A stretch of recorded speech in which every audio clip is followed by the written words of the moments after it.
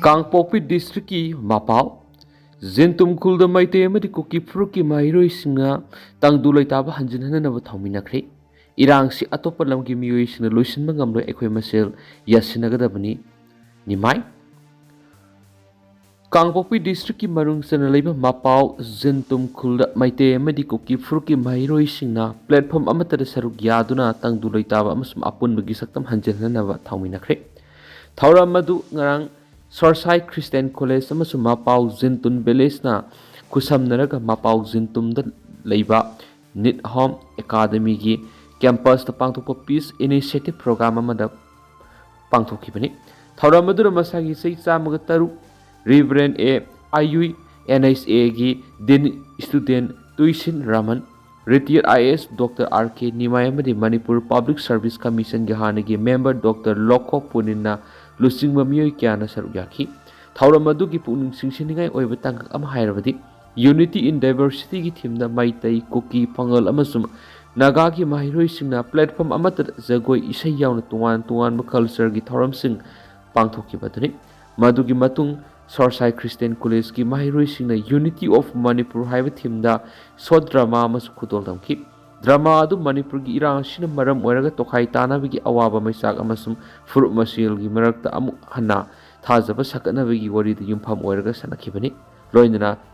Nit Home Academy mahiroi singna relief camp gi muhut classroom amadi bureaucrat ki muhut playground haibisida puning singsiningai oibi isai amas khudol tangki thauram aduga mari lainana Dr. RK Nimai na phungdokibada Manipur da mahausa gi tangdu leitaba phiyum hanjilaknaba Mapao Zintung na larakliba khongthang asi mai paktun state asigi tuan mafam khudimakta khongthang asi matau tamnarak poirasno aikoina khangadabadi Manipur gi irang asi atopa lamdagi lakpa miyoi singna loisinduna development proper ngamloi habisini Manipur da leiriba aikoi khudimak amatu oina thabak tawminaraga mahausa gi tangdu leitaba phibam hanjina ngambaga loinana development proper ngamgani aikoi gi problem atopa mina waroisin purakani haina ngairaga leirabati ahongba amata leiroi Manipur gi irang si atopa lamdagi lakpa miyoi sina loisinba ngamroi aikoi masil yasinagadabani aikoi khudimaki punsi mahing phagathangi hairabadi kangluk phuruk ki khenaba yengdana punna satminaba mathau tai masina Manipur asi khwaidigi khumang saksinba state ama oiba ngamlakani haina makna phongdokhi lanjenariba singi masa masagi yumda hanjinanaba center na puksiel singna honagadabani bimol Manipur thuklibi irang asi chahi ahum phadringai mamang lanjenarikliba sing masa masagi yumda hanjinanaba center na puksiel singna honagadabani haina MP Dr. Angomsa bimol akoijamna phongdokre wafam asi hojik chathariba parliament ki dingthami phamasigi ngasi phamkiba session gi 0 hour makna house ki puning singsiladuna phongdokibani 0 hour ki khudongcha balarodun MP Dr. Bimol akoijamna Manipuri amasum English loan da phongdokhiba kumja English ngani ka khungo humdagi me tang ahum digi haurakpa irang asina maram oiraga miyoi lising kya lanjenaraga leiri makhoi singasi masa masagi yumda hanjenjaragi haibada lengakna tear gas sel kapa madi phu chaiduna tanbigi phibam amada leiri lenga ki khongthang asi lana lamjing khraba kuki fruki miyoi kangbu kharana su lanjenari besing masa masagi yumda hanjinba yaroi haiba aduda mateng pangsin boina thokli aikoina kawridabadi maraibak thiraba lanjena duna ireisa singa sigi awaba phibam lengana makhoi gi thogdang pangthokpigi muhut makhoi bu yumda hanjinabagi thapak mateng pangsinbagi achauba mamitai masi punamak lebak thiba mani mata asida mahakna house ki puning singsinba pamlibadi haujik lanjena duna miyoi lising kaya ma awaba phibam amada relief camp singna sangjafam lauraga leiri Manipur gi irang asi chahi uhum phadringai mamangda makhoi singa si masa masa yumda hanjinaba sentana puksiel singna transparent oiba thorang ama pangthokadabani haina MP Dr. Angomsa Bimol akoijamna house ki pun makhatana singsin ki hari IDP singna governor da memorandum bisinkhre state government ki maikai digi IDP singbu district wise oina resettlement ki thabak hena thujinanaba IDP joint representative ki maikai digi Manipur governor ngarang memorandum bisinduna taksingkhre governor da bisin kiba memorandum atu yauriba warol singdi maru oina sarkar na December gi aroiba phawgi manungda IDP sing makhoi gi khulda hanjin hangani haina thajaba pikibadu numit 19 ni khakta ngairi loinana IDP singna khudong thiningai oiraba makhoi gi khul singaduda amu hana hanjinbada sarkar gi maikei gi matik chaba security thorang tobiyu December ahumda IDP singi maikei gi governor da memorandum bisin kibadu gi matungina ahanba khongthang oina Bisnupur district ki Sadu Koireng amasum waroi singi IDP sing mayum mayumda hanjinanabagi thorang paikhatkiba adugidamakta thagatpa phongdokli adumapu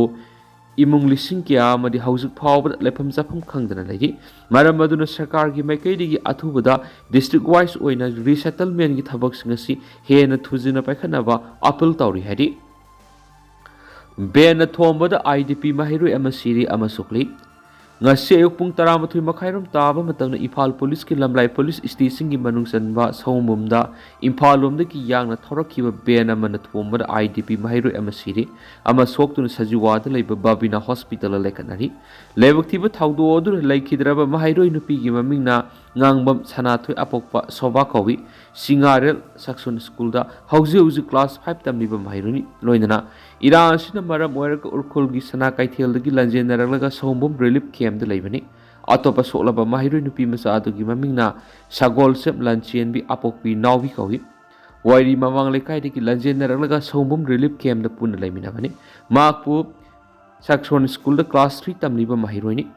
ngasi asi laikhidraba ngangbam sanathoina maki final exam piramlaga school dagi mamanabi ahunga loina relief camp tamna halakpagi lambida Imphal lomdagi thawrakiba ben aduna thomlamlaga hanna yenglamdana yamna yangna thawraga sakhi thawdo aduda marak nakpada leiriba miyoi singna soklaba Mahiru ani edu Babina Hospital pukhatuna lekatnana bohanabada sanathoidi lambida lekatnaba ngamdana lekhitabani thawdo aduda senariba ben amasum driver adu lamlai police na Thounikhre adi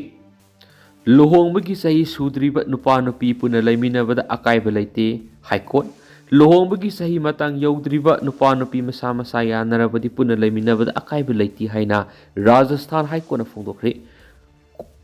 Kotadagi masagi chahi 19 surabi nupi amaga chahi 18 suraba nupa amagana file torakpa petition amagi hearing chathabada High Court ki Justice Anup bandana wafam is phongdokibani makhoi ani masa masa yanaraga matam kharaki mamangdagi punna leiminarakhi adubu imung manugi miyoi singnadi makhoi ani gi thawong adu yaningdaba guloinana laptho honanaba thorang lokhatuna lakhi local police station satuna wakatlaba pawba tabiraktabadigi makhoi ani na High Court petition ama file tawduna mateng pangbina bhaijarakhi India da nupi amana luhongba yabigi sahi matang asi masagi sei 19 surakpadani Nupagi na masagi si kunga mathuni state ki meke da lep ki public prosecutor bebek sogduri na ki madudi nupa masa do luhongbu yabagi sahi matang yadriba maramna live in partnership oina nupi aduga leiminabada ayaba pifam thokte wafam adu reject toraduna justice dandana ki citizen khudimak ki right phanghanba haibasi court ki mathawni phongdokenasu paus ta makata nasu phongdorakli